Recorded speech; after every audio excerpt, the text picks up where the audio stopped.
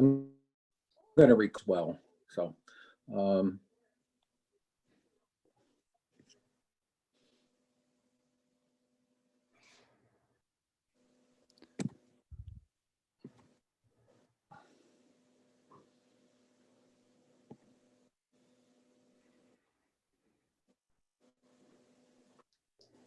While you're looking for that, I'll also want to mention we have Rob Mattis here from Five Builders. He's the oh yeah, project manager for the project as well. Thank you, Jan. sorry, Rob. And Lacey, I'm going to wave back. Nobody waved to you. You waved twice. I'm going to wave back to you. I'm sorry, I cannot I find appreciate it, Charlie. on my screen. I cannot find the allow screen share. So, Well, I can why don't start you if get you want. started? Yeah. All right. Need back to Zoom. Sure. Yeah. The project consists of a relatively small building in the location where the old barber shop used to be, and at the edge of the parking lot. And what it'll be a single-story brick building. Were you able Yeah, to and find it, Matt? Or I have this. It's on screen. You can share the screen. okay, great. Yeah.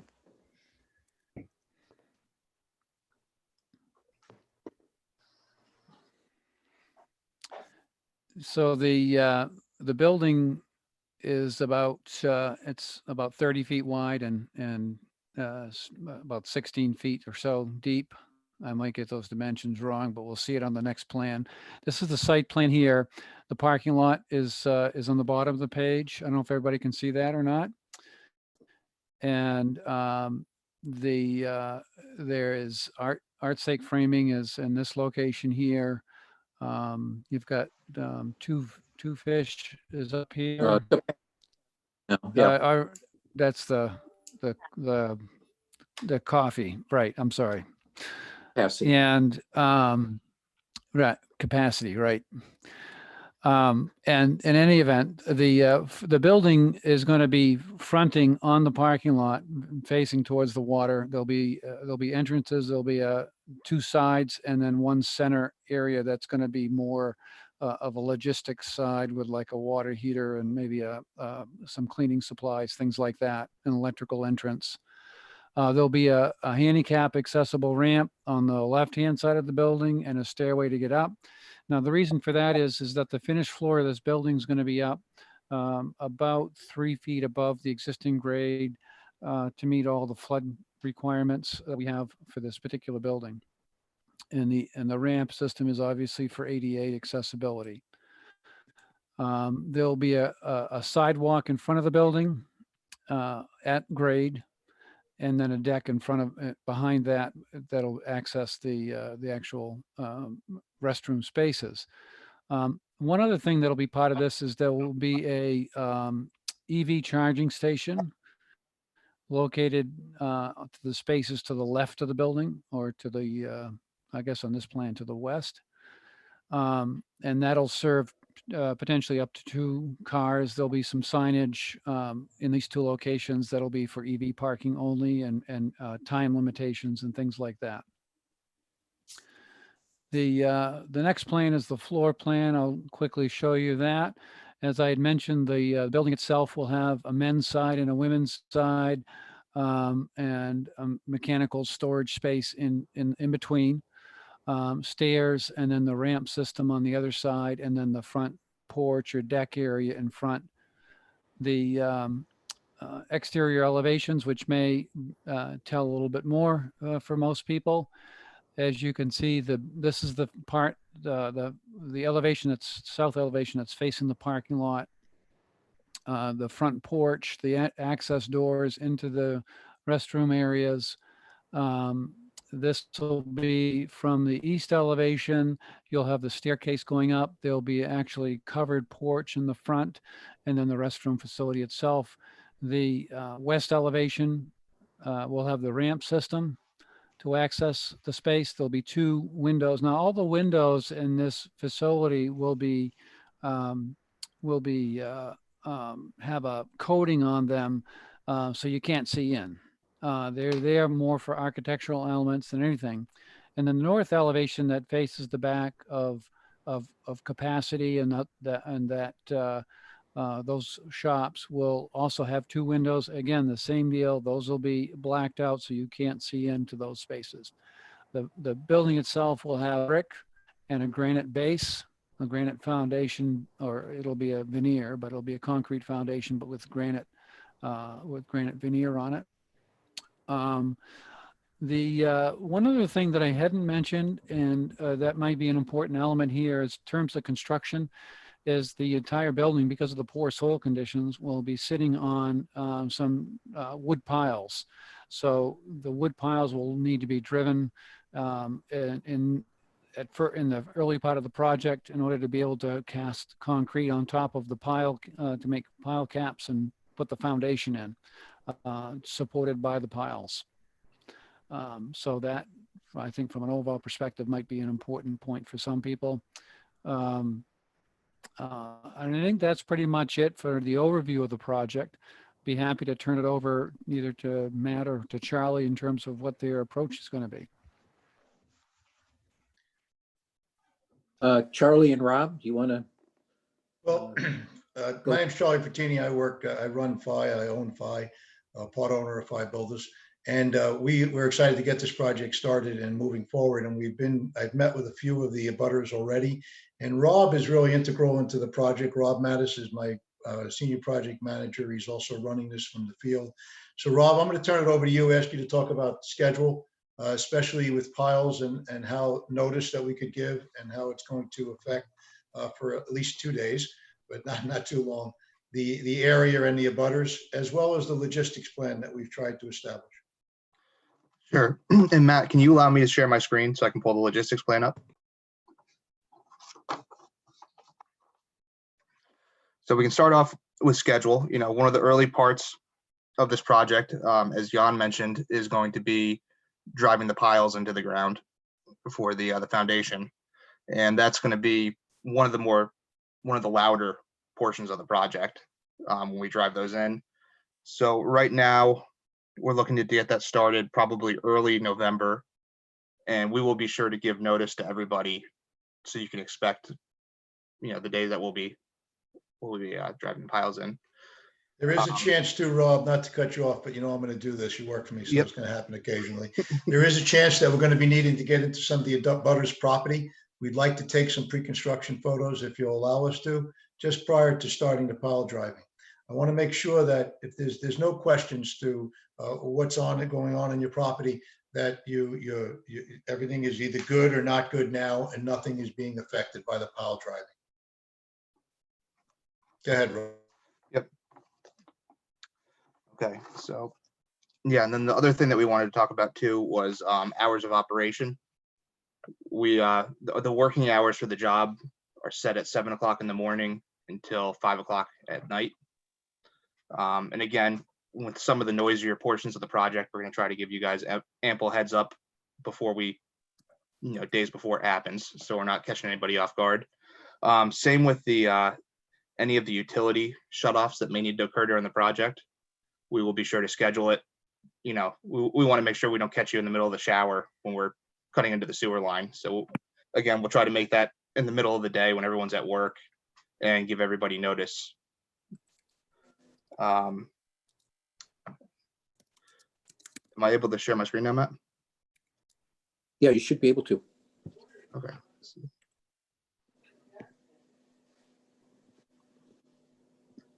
There we go.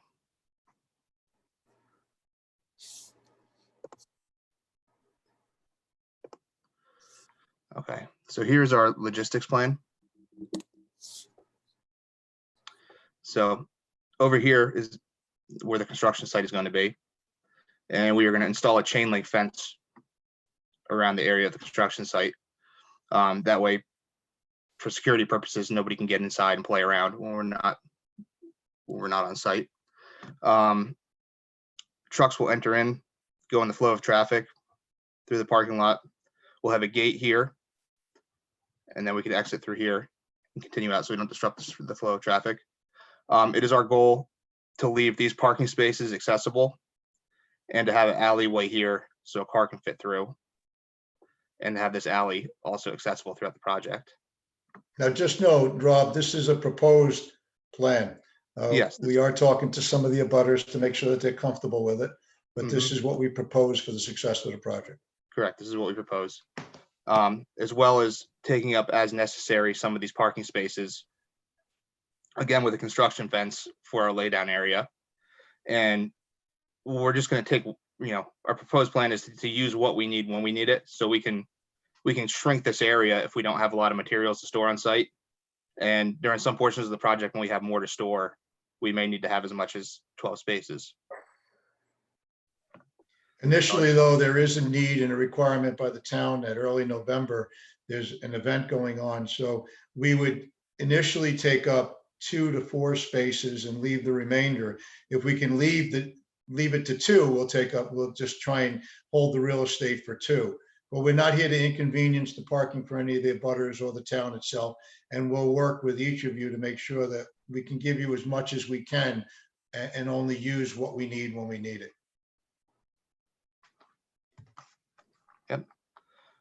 So, is there anybody here that has any questions or concerns about the site plan that we're proposing? Have you all talked to Susan Murphy? Yes. Okay, I just wanted to make sure this wasn't a surprise to you, Susan. No, it's not. These guys have been really terrific about touching base and being very clear. So I do appreciate that. Okay. Yeah, this is Susan's husband, Ted. We together own the Gilbert Gay building. So a couple of things that you mentioned was potential utility shutoffs, and you did mention sewer line by name and giving notice for that. Is there any potential you would also be cutting off water service? We are going to need to make a water tie-in at some point of the project. Okay, so for us, lack of water, lack of sewer, it's an inconvenience we have 3 tenants, but it also stops us from doing business. So there are days that we are regularly closed now, which is Sunday, Monday, and Tuesday, although we do prep on Monday and Tuesday. I wonder how much flexibility you have in coordinating shutoffs like this, because between that and, let's say, loss of parking, those are going to potentially have material impact upon us.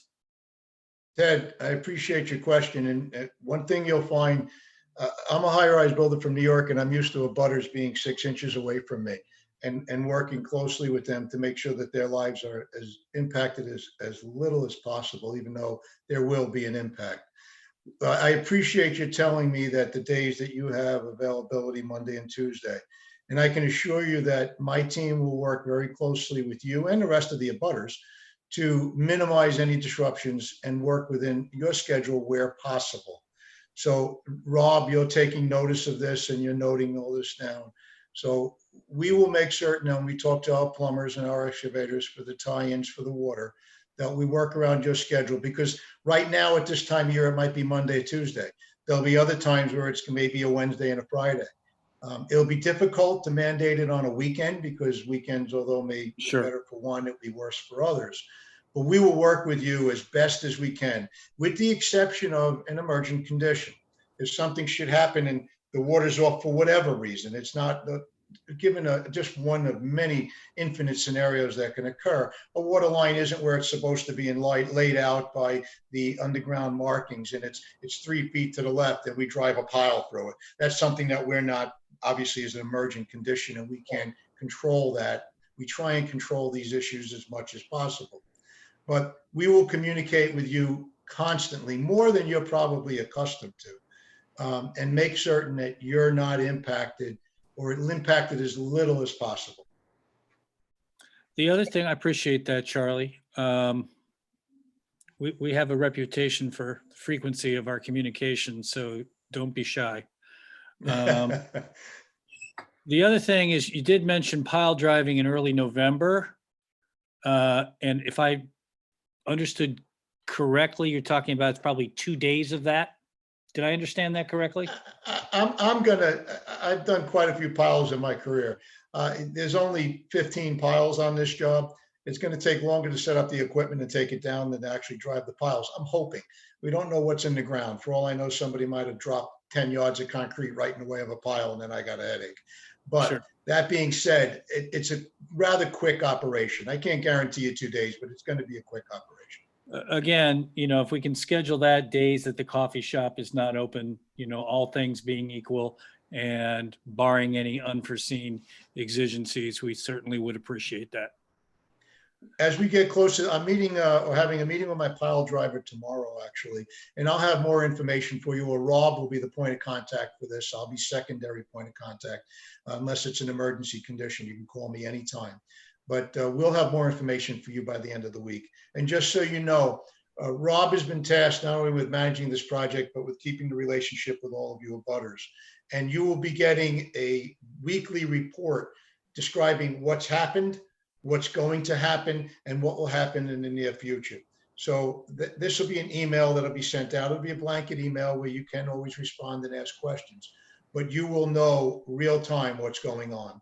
Should something happen prior to that that we feel is important that the abutters should know, we will be sending out an updated email. If our normal email is a Friday or a Monday, and Rob will work that out, what day is best for us to let you all know what's happening. And on Wednesday, something comes up we need you to know about, we will tell you in a rapid email.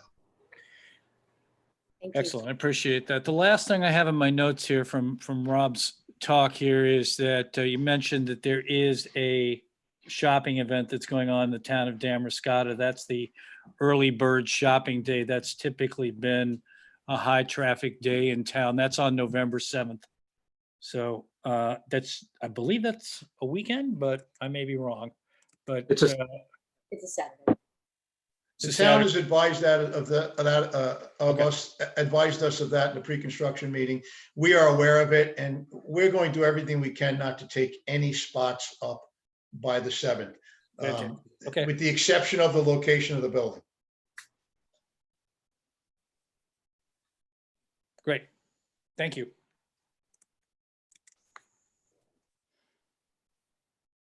All right, and as Charlie said, I'll be the initial point of contact. He's the secondary contact. So we will send out an email to everybody with our contact information, so that we'll have phone numbers and emails, so you can get in touch with us with any questions or concerns. And you'll get their email contacts for all the abutters with names Yep. from Matt, correct? Correct. Has anybody contacted the Damariscotta Grill? Yes, I think Tim's on the River Grill. Yeah. I think Didn't Tim's know. on. He's on good. Okay. And Rob will be going out the remainder of this week. He'll be his boots on the ground. He'll be introducing himself to everybody, handing out business cards and contact info as well. Rob, when you're here tomorrow and we're talking, I want to give you some of mine to hand out also. And you'll start to get to know him and see him in the town. We're Okay. looking for an office space in the town of Damariscotta, correct, Rob? Correct. Yes, we are. So we will have a space right there where if you can't get him and he's in the office, you can just stop in and say hello. And feel free, Susan, to bring him a cupcake or a coffee. Well, I told him he could use the restaurant, the back room in the restaurant. And I really appreciate that sincerely, but we don't want to create an environment in your restaurant where it becomes an office, because we'll start to get involved in this project. And before you know it, we're the proverbial camel in the tent with his nose in first and then you're outside. So we don't want to do that. So we're going to be respectful of your coffee shop and we'll find a spot nearby.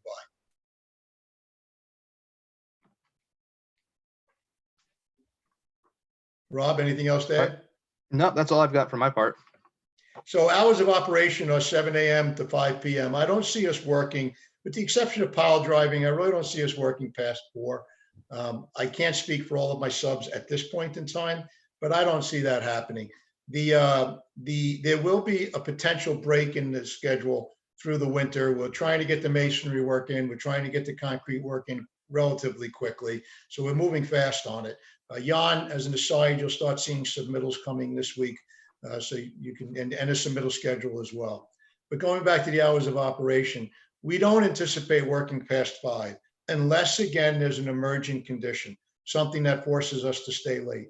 And that's one of those typical scenarios where Rob will be sending out an email, hey, we have a problem, we're going to be here till 6:30 or 7 or 5:30. We'll let you know. Can I ask a question? Yes, ma'am. How long do you think the project in its entirety, barring any unforeseen circumstances, will take? Rob? Our goal is to be done by July or before July 4th. That's a long time. It is, because like we said, there's going to be a break over the winter because there probably will become a point where it's too cold for us to work outside. Susan, I'm going to tell you that Rob and I both have, and we've expressed this mildly in the pre-construction meeting, there's plenty of fluff in the schedule. We're actually permitted by the contract to be there longer than that. Correct, Rob? Correct. Yeah. I think it's 240 days. 240 days. The longer I'm on this project, the more general conditions money I'm spending, and I don't like spending money. So I plan on getting in and getting out as quickly as possible. But for the sakes of an initial, for the purpose of an initial schedule, which we've provided the town, we are giving you before July 4th, but I'm trying to get out of there well before that. Yeah, because basically we have one big season and it starts in June. If I'm there in June, it's only because I'm cleaning and painting and that's it. I don't anticipate having heavy work going on in June. But again, by contract, I'm allowed to, but I'm not here to burden you guys anymore. I want to move on to other projects. So Well, we're our going to do plan, everything we can, Susan, to get out of there before your season hits. our plan is to ply your crew with so much coffee, they'll be done by the end of May. You got a deal. Yeah. And how does this intersect with the sewer project? Matt? The sewer project is going to be starting at about the same time, and but they'll be done obviously much quicker. They're going to be out of there completed by Thanksgiving. They're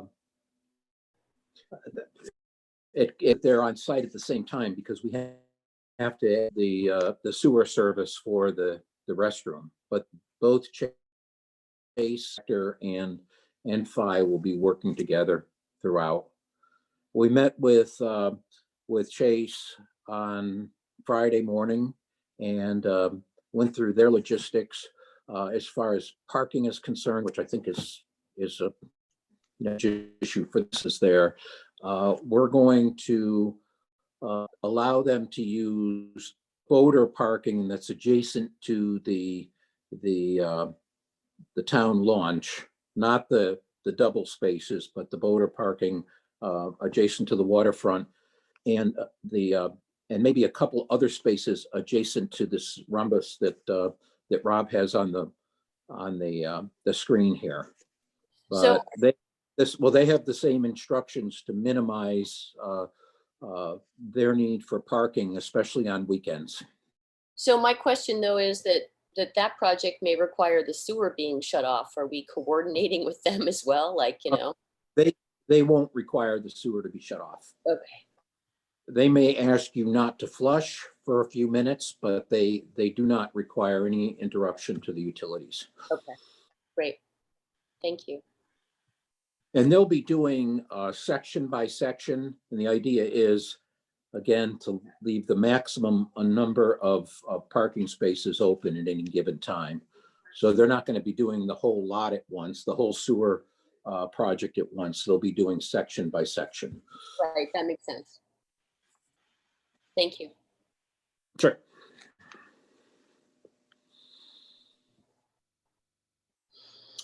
Let's see, other questions. I think, Charlie, you may have mentioned this, but when we talked before, you were thinking about getting some enclosure done before the really bad weather hits, so you could continue to do some work during the the colder months. Is that? That's is correct. that- Okay, We are scheduled right now to work through the winter. We are going to be heating the space, working with Jan, Lacey and their team as well to make sure that we keep the masonry comfortable through the winter.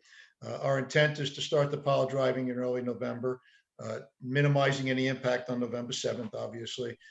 Getting the concrete excavated for and placed. There may be a requirement for ground warmers or blankets, depending on where we are in the season. And then once the foundation is placed, getting the masonry started. The goal is to get the masonry closed in on the walls up to where we can, on the gable ends, we have some framing walls that go on top of the CMU, but to get the CMU up as far as possible so I can start framing the roof and get the roof temporarily protected. That will happen in December and January. It would be cold, especially out there along the water. Once it's framed in, there's the option of, again, heating, tarping and heating the area so I can start the brickwork. It may be a call at that point to say, you know what, just leave the brickwork off until the springtime. But that still allows me, having the masonry walls up, allows me to start work on the inside of the building where it's easily heated. So the goal is to get the frame or the shell up quickly, and then I can work inside and possibly out. That helps me get out of Susan and Ted's way sooner than later as well.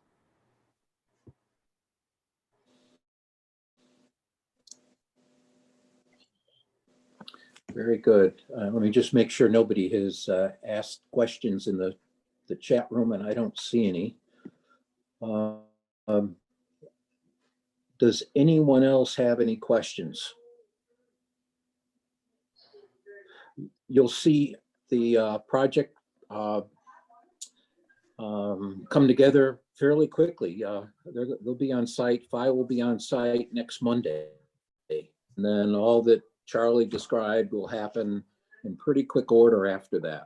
So I just want to make sure that Rob, I want to make sure when you put the fence up for the building proper, not the parking area, but the building, that you work with Susan and Ted and the adjacent abutter on the artscape to make sure that they are comfortable with where it is and that they sign off on it and they're happy.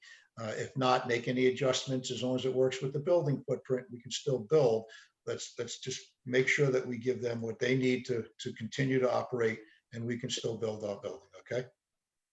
I know from talking to Susan, I need to hold off until after October 26th, right? Because you have an event on back the there.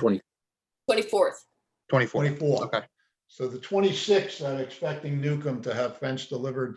You'll have manpower there and we'll start setting it up. And Newcomb will actually be setting up the fencing. And Susan and Ted, I don't know if Charlie or Rob have talked to you about that, but we can allow you to access your lot from the parking spaces that we have that are perpendicular There. to Taco. Yeah, Rob actually came by today and showed me this map and talked to me about it. Yeah. Okay, very good. I'm just texting Rob now, reminding him that we have to call before you dig. Rob, I have to give you the account number for us, Dig Safe, so that we can get that all laid out in time. So in case we have to put any posts in the ground for the fences and the gates, that we don't hit anything. I don't want to start this off on a bad foot.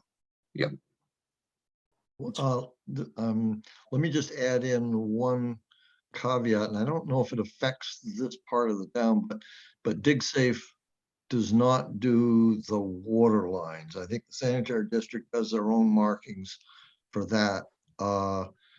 So just as a heads up on that more than anything. Okay. Thank you, George. I appreciate that. Rob, make sure you get everybody out there. Let's get it marked out. I don't want any posts being driven in the ground for gates or anything else until we know everything's fully marked out. Got it. Okay, well, thank you everyone for your patience and it's a very exciting project. It'll be great to have it done, something that we've had in the works for many years now, decades now. So it's a very exciting project for the town. yeah, as you heard from Charlie and Rob, we'll be in touch as the project progresses. So thank you, everyone. Matt, did you get my message? I just sent you. Yes. Okay, great. Oh, Thank I you. didn't send, did you, If you- another message? Okay. I'll check it now. Thank you. Okay. Thank you, everybody. Thank you. Thank you. Okay. All right. Thanks.